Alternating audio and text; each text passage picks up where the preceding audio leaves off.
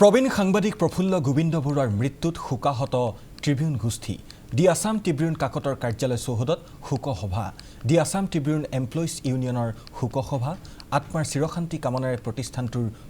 পৰিচালকবৰ্গ কৰ্মীবৃন্দৰ প্ৰাৰ্থনা দি আছাম ট্ৰিবিউন গোষ্ঠীৰ পৰিচালন সঞ্চালক আছিল প্ৰফুল্ল গোবিন্দ বৰুৱা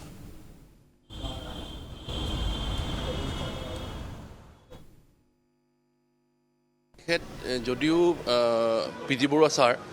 যদিও কায়িকভাৱে আমাৰ মাজত নাই কিন্তু মই এইটো কথা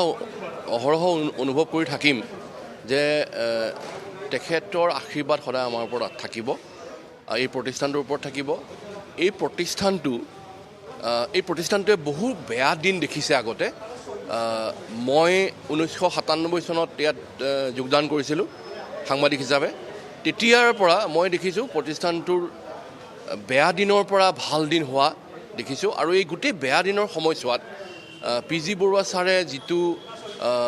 কৰ্মদক্ষতাৰে আমাক আগবঢ়াই নিলে সেইটোৰ কাৰণে তেখেত প্ৰশংসাৰ যোগ্য আছিল আৰু তেওঁ প্ৰায় ছিংগল হেণ্ডেডলি কাম কৰিছিল অকলে বহুত ডাঙৰ বিপদ তেখেতে পাৰ কৰিছিল আৰু আমি গম নোপোৱাকৈও বহুত বিপদ পাৰ হৈছিল আৰু মই এতিয়া আশা কৰোঁ যে ছাৰৰ যিটো আদৰ্শ সেই আদৰ্শৰে যদি আমি আগবাঢ়ি যাব পাৰোঁ তেতিয়াহ'লে অসমৰ কাৰণেই এটা ভাল কথা হ'ব কাৰণ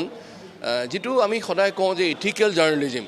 মানে সত্যনিষ্ঠ যিটো সাংবাদিকতা সেইটো ছাৰৰ বাহিৰে বেছি ভালকৈ কোনেও প্ৰয়োগ কৰা নাছিল মালিক হিচাপে কাৰণ তেখেত আচলতে প্ৰকৃততে আচলতে মালিক আছিল ইমান ডাঙৰ এটা অনুষ্ঠান ইমান ডাঙৰ এটা কোম্পানী তাৰ তেওঁ মালিক আছিল মালিক থকাৰ পিছতো সাংবাদিকতাৰ জগতখনত তেখেতৰ যিটো কণ্ট্ৰিবিউশ্যন সেই কণ্ট্ৰিবিউশ্যন মানে এইটো এটা অপূৰণীয় ক্ষতি হৈছে আমাৰ কাৰণে কিন্তু সেই কণ্ট্ৰিবিউশ্যনটো সদায় মনত ৰাখিব লাগিব আৰু সেই কণ্ট্ৰিবিউশ্যনৰ পৰাই আমি শিক্ষা লৈ আগবাঢ়ি যাব লাগিব গোবিন্দ বৰুৱা 14 তাৰিখে আমাৰ মাজৰ পৰা নোহোৱা হ'ল কিন্তু মই ভাবোঁ যে তেখেত নোহোৱা হৈ নাযায় কেতিয়াও তেখেত আমাৰ মাজত সদায় চিৰকাল ধৰি থাকিব আৰু মই তেখেতক পাইছিলোঁ 1980 চনৰ পৰা মই যেতিয়াই পাইছোঁ তেখেত গহীন গম্ভীৰ আৰু কিন্তু তাতে ফূৰ্তিও কৰে দেই আৰু খুব ঠাণ্ডা প্ৰকৃতিৰ মানুহজন ঠাণ্ডা প্ৰকৃতিৰ আৰু সেইটো সময়তো আন্দোলনৰ একেবাৰে ভৰপক আছিলে গতিকে একেবাৰে দিনে ৰাতিয়ে আমাৰ কাম চলিছিলে তেতিয়া মানে খুৰাহঁতে কেনেকুৱা ধৰণেৰে কাম কৰিছিলে মোৰ গৃহস্থ স্বৰ্গীয় সুৰজিত গোবিন্দ বৰুৱা মোৰ শহুৰ দেউতা তুলসী গোবিন্দ বৰুৱা এখেতসকলে মানে দিনক ৰাতি কৰি ৰাতিক দিন কৰি পেলাই কাম কৰিছিলে আৰু তেতিয়াতো এতিয়াৰ নিচিনা একদম ৰেডিমেড নিউজ আহি নাযায় তেতিয়া টেলিপ্ৰিণ্টাৰৰ যুগ আছিলে তেতিয়াও একদম কিবা এটা ক'ৰবাৰ পৰা খবৰ আহি গ'লে একেবাৰে মানে হুলস্থুল কৰি পেলাই একেবাৰে ৰাতিটোৰ ভিতৰতে উলিয়াব লাগিব সেই খবৰটো সেই তেনেকুৱা ধৰণৰ মানে এওঁ আহি যায় কোনো সময় নাই যে প্ৰেছত অমুকটা বজাৰ পৰা থাকিব লাগিব তমুকটা বজাৰ পৰা থাকিব লাগিব তেনেকুৱা কোনো সময় নাই কৰ্ম আগত গোটেই দেশ আগত আছাম ট্ৰিবিউন আগত আৰু পৰিয়াল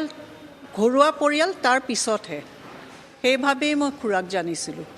আৰু খুৰাই খুব মৰমীয়াল আছিলে মানুহজন প্ৰকৃততে খুব মৰমীয়াল আছিলে আমাক সকলোকে খুব মৰম দিছিলে আৰু আমাক সকলোকে খুব একগোট কৰি থাকে